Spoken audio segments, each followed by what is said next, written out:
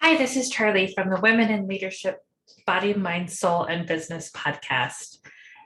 I'm here today to read to you from the Path of the Yoga Sutras by Nicolai Bachman. Chapter 37, Santosha, Contentment and Gratitude. Contentment makes poor men rich. Discontentment makes rich men poor. Benjamin Franklin.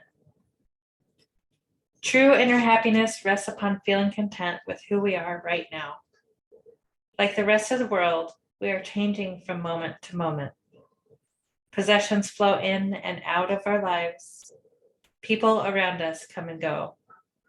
Our opinions and even what we think is true changes over time.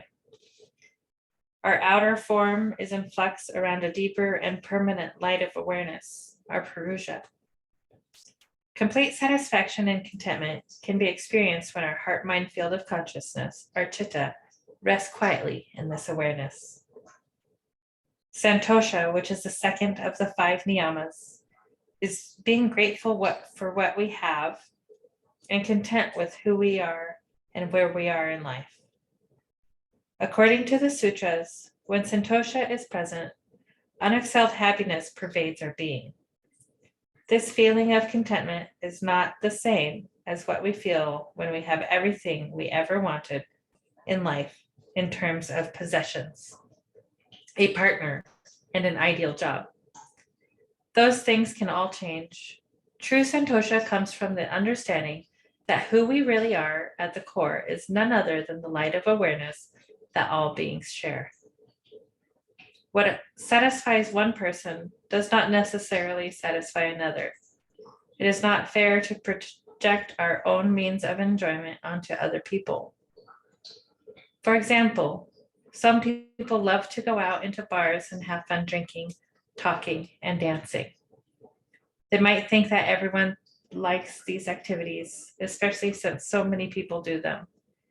Yet there are others who do not like doing these things at all and prefer quieter activities like attending a lecture or a class.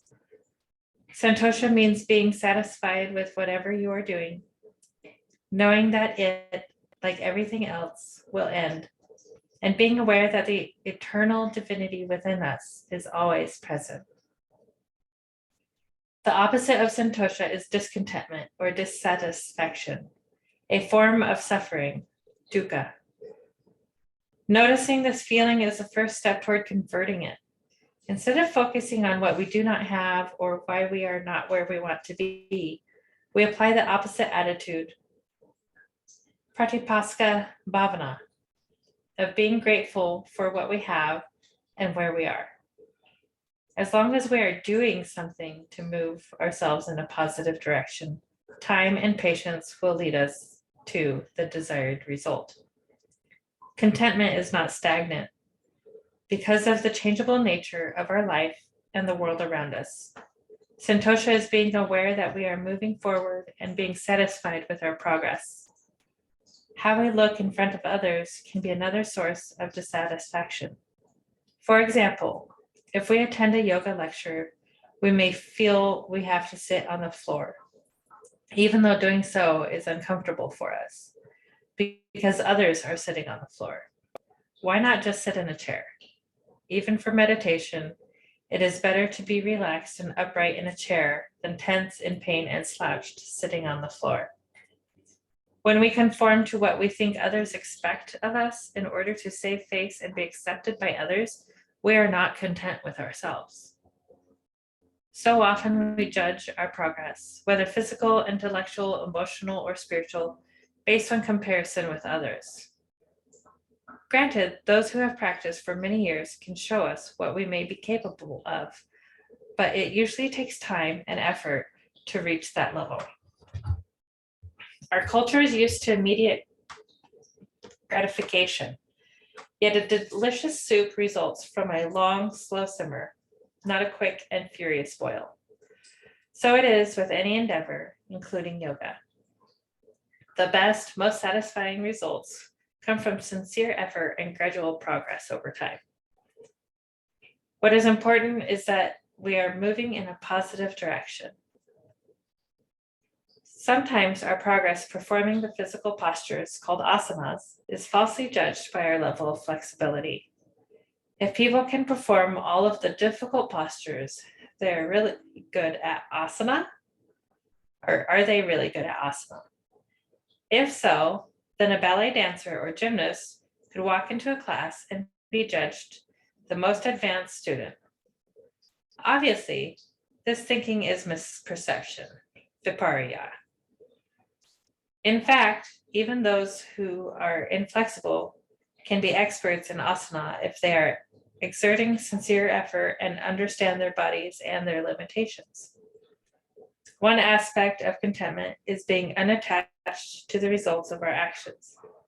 If the result is less than we expected, we can still accept what happens, learn from it, and move on. If we have unreasonable expectations, we may be setting ourselves up for disappointment. For example, you send out an email blast to hundreds of people advertising your new website.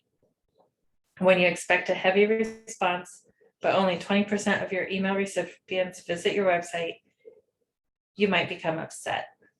On the other hand, you can be grateful that you received some response and happy that there are people who value your work. A simple shift in the way you think about something can completely transform your attitude toward it. Either way, you will probably begin thinking of ways to make future advertisements more appealing.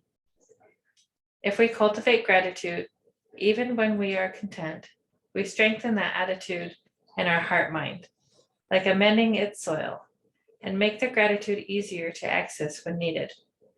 Gratefulness does for our heart-mind what food does for our bodies. It nourishes our heart-mind and creates a sense of fulfillment. Slowing down, stepping back, and appreciating the little things in life creates inner happiness. Gratefulness is feeling great and full of joy with who we are and what we have. There will always be people with more or fewer possessions than us. Keeping up with the Joneses is an exercise on discontent.